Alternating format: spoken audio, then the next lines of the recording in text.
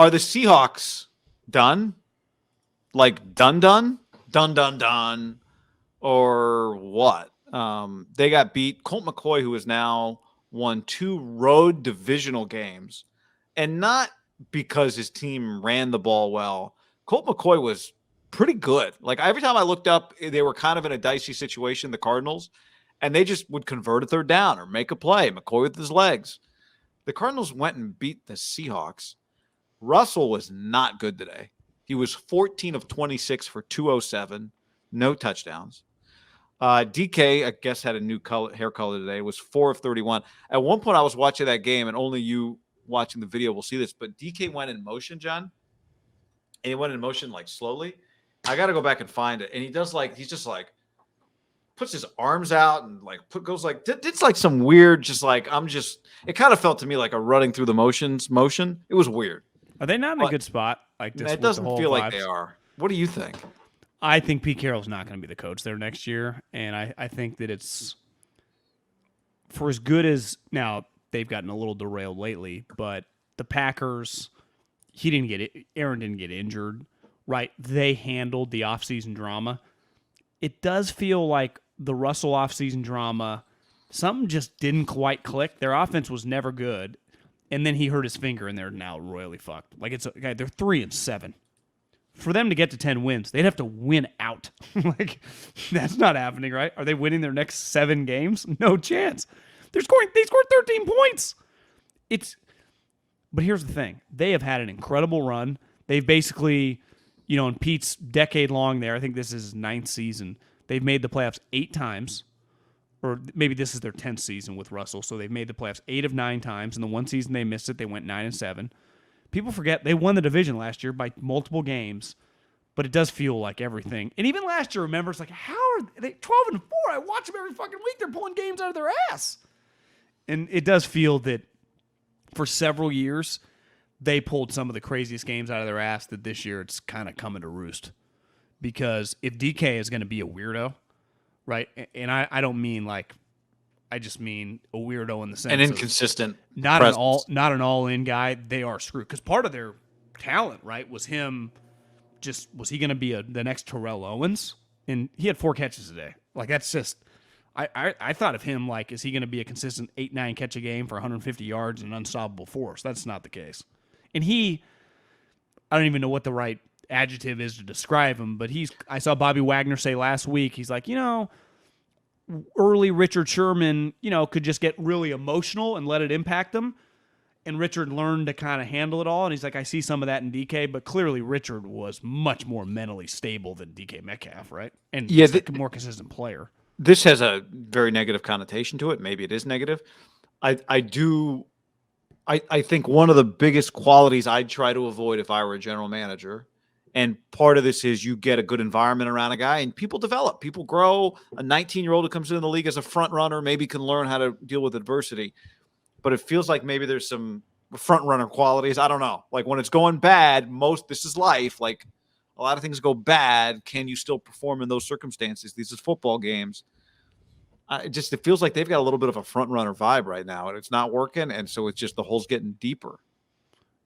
But the weird part is like Russell, moved heaven and earth 19 hours a day to like Russell does try to play and do everything he can to play. Now, maybe he's just not good. It's hard for him to be good when they don't have a run game. Their defense is atrocious. Like you said, Colt McCoy against the Niners, remember, it was like, well, his stats were really good and he played excellent, but it was like, I think 22 of 26 and he hit a bunch of long screen plays. Yeah. 35 of 44 for 330 today. 44 attempts from Colt McCoy and you lose by 10? We talked about this before the podcast. What would any playoff team give to say, hey, your starting quarterback is going to miss 3 games, and he missed 3 games, and the backup quarterback is going to win 2 of 3 of them, and 2 of those are going to be divisional opponents on the road. That guy's worth $10 million, right? Yeah. Because he's a good guy, and the games he doesn't start, you love him around there, right? Right. And he can help your young quarterback. Like he's good around a young quarterback. I think people on the team love him. High level. I think you start signing backup quarterbacks to a lot of money. I think how much money you made this year, guy? Is he cheap? Is that what you're saying? Very. How much? $137,000 signing bonus, $1.2 million salary cap. Is that the best deal in the league right now? Backup quarterback, 1 of 2 games, $1.2 million. Total. Yeah, it has to be the non-rookie deal. Yeah, I mean, for a guy in his 30s. Let me just say that. Guy in his 30s right now, best deal in the league so far this season has to be him. $137,000 signing bonus. 1.2 on their cap. I don't have the number quite dialed, but I've had a theory. Like your backup quarterback, by and large, most of them, it's about can you win a game? If I need you to win a game, excuse me, you end up his dead cap's 1.2. His cap hit is $987. So it's cheaper to keep. Well, I guess not technically cheap, but yeah. No, he's not cheaper to keep her, but it's his cap hit. It's just an incredible deal. You can't ask for any. And even Kyler's the number 1 overall pick. Like, what's he making this year? 5? Like, their quarterback room, money-wise, is pretty incredible deal. Wow. I mean, they've lost, it's not like DeAndre Hopkins was back today for them. No, he didn't play. So, I mean, are the Seahawks going to lose Russ, and are they going to do like a full reset, trade Russ, replace Pete goes out? I think so. Replace him and get whatever you can get for Russell, and Russell's playing quarterback for whoever. Some list of the list of teams that wanted Deshaun Watson will just transfer all of that capital to. Well, do you know that the Niners play them on Sunday Night Football? And who knows? I guess that could technically be flexed in 2 weeks. I guess they could flex it this week. I don't know. I doubt they do that, but you know that Seattle next week plays the football team, but they play on Monday Night Football? On the road, right? Or where's that game? Yeah, at football team. Whew. That's a tough little effort, flying back, into the tailwind, right? That's right. There's a headwind. Longer. It's always 30 minutes into the headwind. That's right. Flying west, you get the flying west is slower. What's the rule on the flex? It's like between week 6 and 11, they can only do it twice or something weird like that, and then 12. I don't think they flexed anything this season. Now, so remember, they're not going to? Well, no, I'm just saying they haven't pulled the trigger. No, you're right. They haven't. What I'm saying is, how there's like a block of weeks where you can I thought flex. they extended it this season. I thought. But they had Monday Night Football they added, right? I thought they flexed Monday Night Football this season for the first time. Yeah, I would be interested if they do. What I'm saying, though, is I thought there was a window. Like, it's not all equally flexible the whole year. Like, there's a window of weeks where you can only do it a couple of times. But I don't know. You're right. I think it would definitely be kicking in. Their game's 12-5. Like, it starts definitely in December, right? That's when they start flexing. Because they kept moving it up a little bit. But December was always a flex month. Yeah. But who knows? Yeah. I mean, I would honestly, I don't, having not looking at the other games on that schedule, the odds that game's a really good game is pretty good. But it's more. Isn't their thing more about win-loss record? For sure. How about Eli's got to do well, we can talk about that later. Monday Night Football's the Giants again. Well, I told you this. I truly believe, and I took a couple edibles, and I was in deep thought last night. I was like, they don't want to lose the New York market. It is their number 1 media market in terms of people. But their teams suck so bad.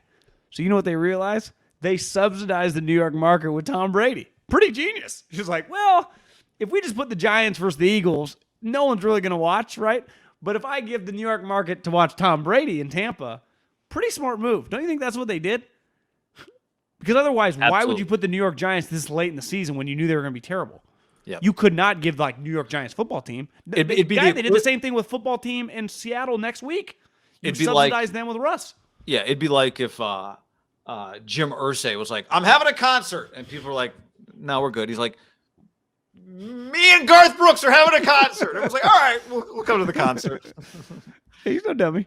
So, man, if this is the end for the Seahawks, and I got to tell you, as logical as it is, it still feels less likely than it is likely that it's the end of both of them. That game's safe. That week sucks. Okay.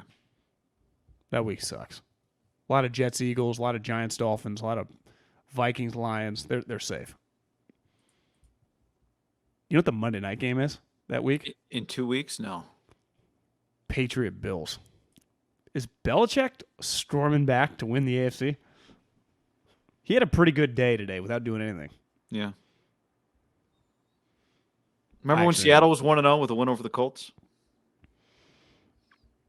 Seattle on any given week, I mean, before he got hurt, was like the Seattle team that beat the Niners was a wild card level team. Before he hurt his finger, they were fine. I mean, they weren't as good as they've been in previous years. They would have been a factor. They're not scoring. Him healthy is not scoring 13 points at home against Arizona, right? He is not the same after his 19-hour-a-day rehab. Should have got some more sleep. And it feels like that when he's not on, there's not a whole lot of let's elevate Russ coming from his team. That's the problem for them. Yeah. It feels like they've got like it's your problem, bro. Throw me the ball. They're just not getting, Marshawn going for 120 yards, right? Jamal Adams is not getting them 2 picks. Martellus Bennett and Cliff Averill like getting them 6 sacks in a game. I remember going to Niner games when the Niners were down, they were good. I swear to God, they'd have like 6 or 7 sacks in a game. It was like, you can't block these guys. They are just, now they invested all their money into him. Like it's like, Russell, you get $38 million. It's like paying. Once you do that, you need him to be really good, right? Like today, I mean, I didn't watch that much of Cowboys Chiefs, but you just look at the score. Like, if Kansas City is going to hold their opponent to under 10 points, guess what? They're going to win every game they play in, even if Mahomes isn't good. Like Seattle doesn't even have that in the bag. Seattle, I would say a good day for them. If they hold an opponent to like 17 points the last couple of years, that feels like a Super Bowl victory. Right, and I'm not even sure they win that game. No. So it's just, I wonder if it gets ugly, right? Because if Russ is going to ask for a trade, like, well, we're going to fire Pete if he asks for a trade, but it's like, Pete, are you going to like restart here with a brand new team? I see that part wouldn't totally shock me, just in that this Pete is in control, right? Technically. Kind of, yeah. Kind of. Although, ownership has transitioned. And I wouldn't be shocked if Pete wants to start again without Russ, as opposed to going out like this. Yeah. And, I do think it won't end. I do wonder. They've accomplished so much together. But it's going to be hard for this thing to just end quietly and peacefully. I agree. Well, most things do not end quietly and peacefully, right? I would say in professional sports, but definitely football, because the egos, the money. Especially when the player has something left. Like, why are we doing this? I thought he was. And Russell does feel a little NBA-ish. So, like, are him and Pete going to come to a stand where someone's going to draw a line? Like, who's going to push back? Bro, just get him to the New York Giants. If I got to watch them in primetime 3 times a year, at least have Russell Wilson at quarterback. They do have 2 first-round picks. And John Schneider might want Saquon. Saquon, Daniel Jones, 3 ones. Who says no? Well, I know the Giants say yes.